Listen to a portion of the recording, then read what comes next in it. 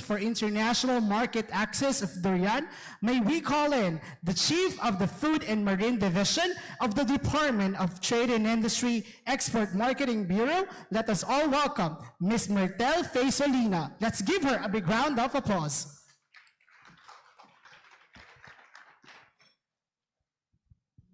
Thank you, Romar, for the introduction.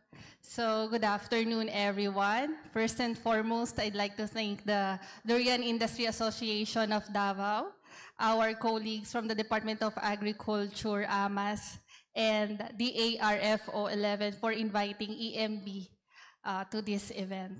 So today, I'll be presenting on Going Global Essential Strategies for Exporting or Accessing the International Markets, together with some of the resources available to us to actually access the international market.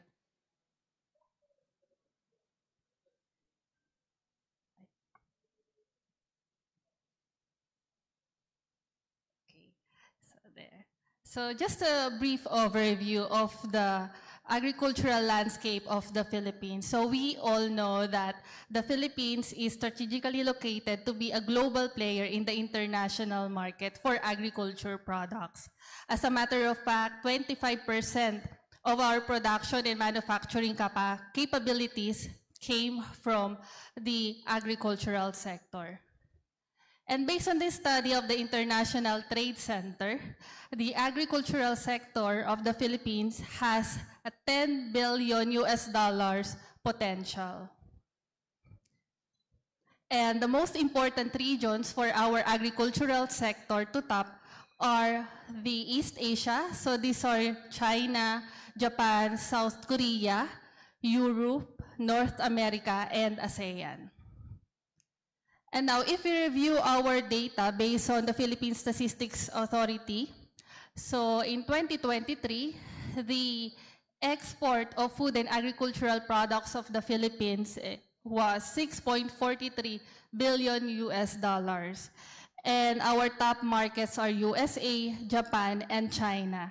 And 74.10% of these exports went to the top 10 markets already. So, hindi po ganun kay-diversified yung markets na napupuntahan ng mga products ng Pilipinas for agriculture. And then, 8.73% of the total Philippine exports in 2023 are food and agri-products. So, 8.73% lang po yung contribution ng agricultural sector sa overall exports ng Pilipinas. Because ang top exports pa rin po natin is electronics. And the top 10 products contributed to 66.70% of the total agri-exports. So, while this is significant already, kung compare po natin sa total exports natin, it's still modest. So, may malaki pa pong room for improvement for our agricultural sector. And if we compare ourselves, ang Philippines to our ASEAN peers, we rank 7th in terms of agricultural exports. And we are only ahead of Cambodia, Myanmar, Brunei Darussalam, and Laos. And now we will focus to durian. So we all know na the demand for durian will continue to rise. And the Philippines is ready. We are strategically located, we mentioned earlier, but we need to also improve our capacities. So just a review of some data, this was mentioned already earlier, but just to reiterate that the Philippines area harvested for durian is 16.64 thousand in 2023, hectares in 2023, and our production volume was 60.33 thousand. And much of our production ay concentrated po dito sa Davao. Now, if we look at the top exporters and importers, and ito ay alam naman na nating lahat, Thailand yung top exporter, and the top importer is still China. But kung titingnan din po natin, 80.6% ng market for durian, Thailand. And for import, 92.70% sa China lang po napupunta. Then, if you look at the market dynamics of durian, although Thailand, no, yung top, if you look at 2021 to 2022, the fastest growing exporters are Vietnam and Malaysia. And the fastest growing importer is Taipei and Laos. So mauna muna yung Laos, then Taiwan. Sorry, Taiwan rather. And if you look at the market concentration of durian, the movement in the global market for durian ay ang nag-i-influence ay Thailand from 2012 to 2022. And the Philippine exports of durian is $15.25 million in 2023. The bulk of it came from durian fresh, and then $3.03 million yung ating frozen durian. And bulk pa rin ito napunta sa China, followed by Thailand.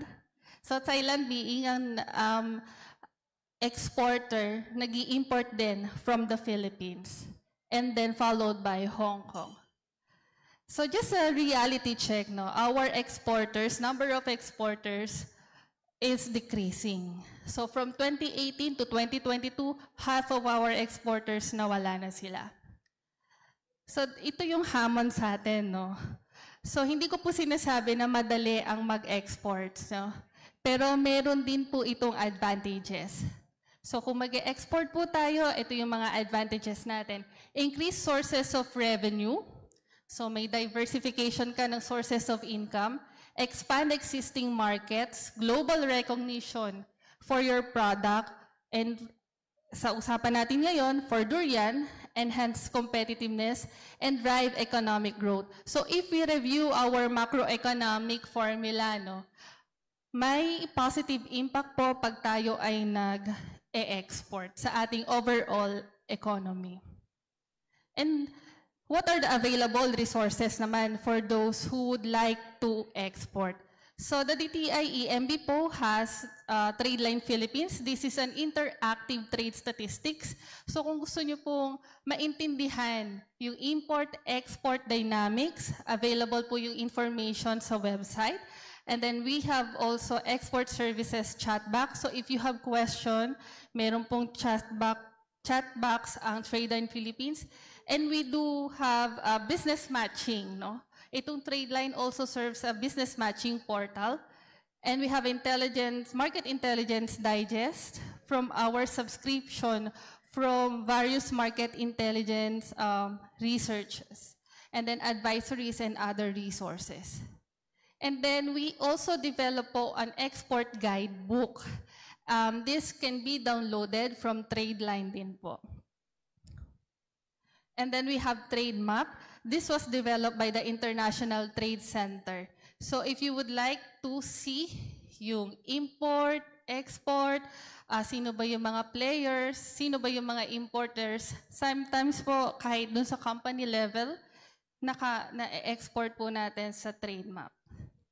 And then Market Access Map. This was developed also by International Trade Center.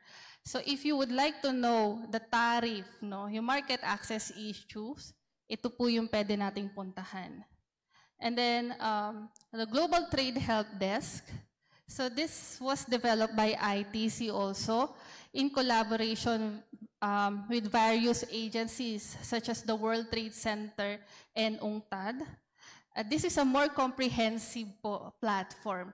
So mayroon din itong imports, exports data, tariff, and other market access related information. And then, export potential map. So, kanina po, di ba may na-present ako kanina na $10 billion pa yung potential ng Pilipinas. By using this export potential map, makikita nyo po kung ano naman yung potential ng specific products that you would like to focus on sa specific or target markets ninyo. Then we have the Philippine National Trade Repository. This PNTR is in compliance with our commitment sa ASEAN trade sa ATIGA.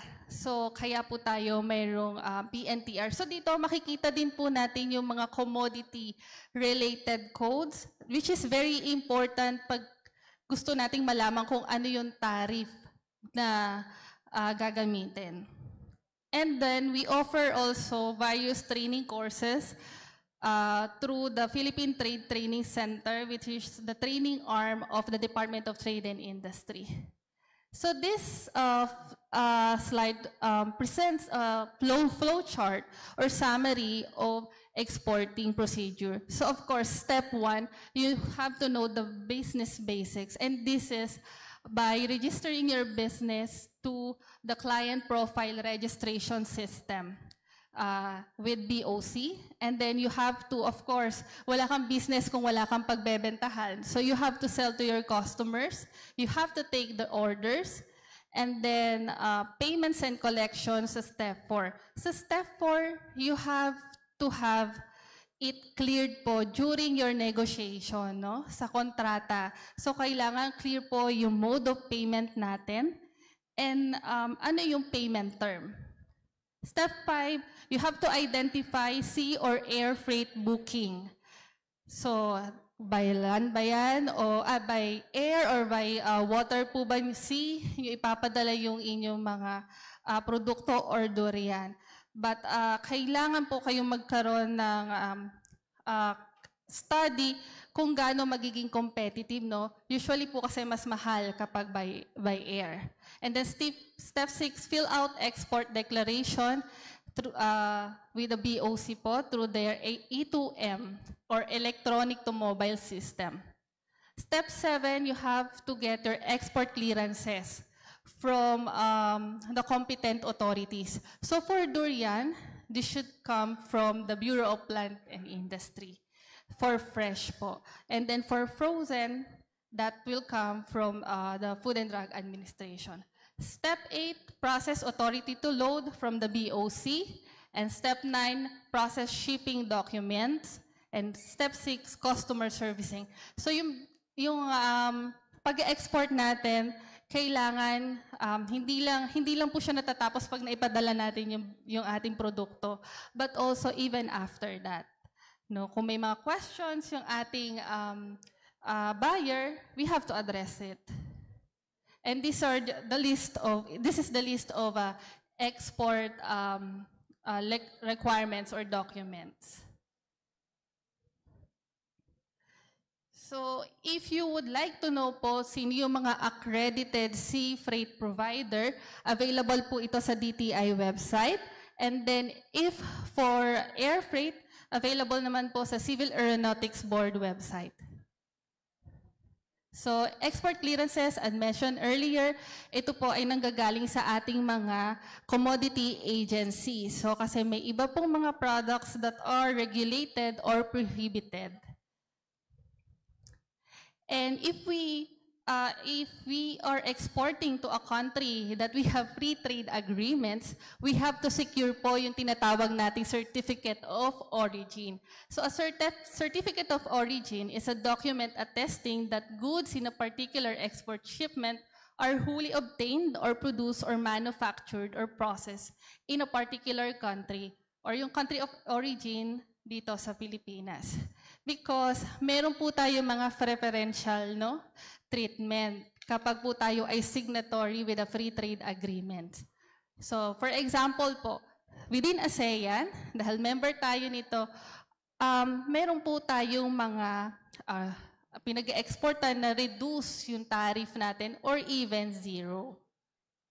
So, these are just example of our trade agreement as ASEAN member state. So we have with China, Korea, Australia, Japan, Hong Kong, India, Japan, and Europe. And we are also a recipient of generalized scheme of preferences. So these are with the Europe, Canada, and Eurasian, and the United Kingdom. So you would know, You have to obtain your certificate of origin from the BOC, and this is the list of the requirements. Certificate of declaration, export declaration, bill of lading, commercial invoice, and other certificate or supporting documents proving that a CO is required. So you know na nakompleto nyo na po yung export documentation if you have this.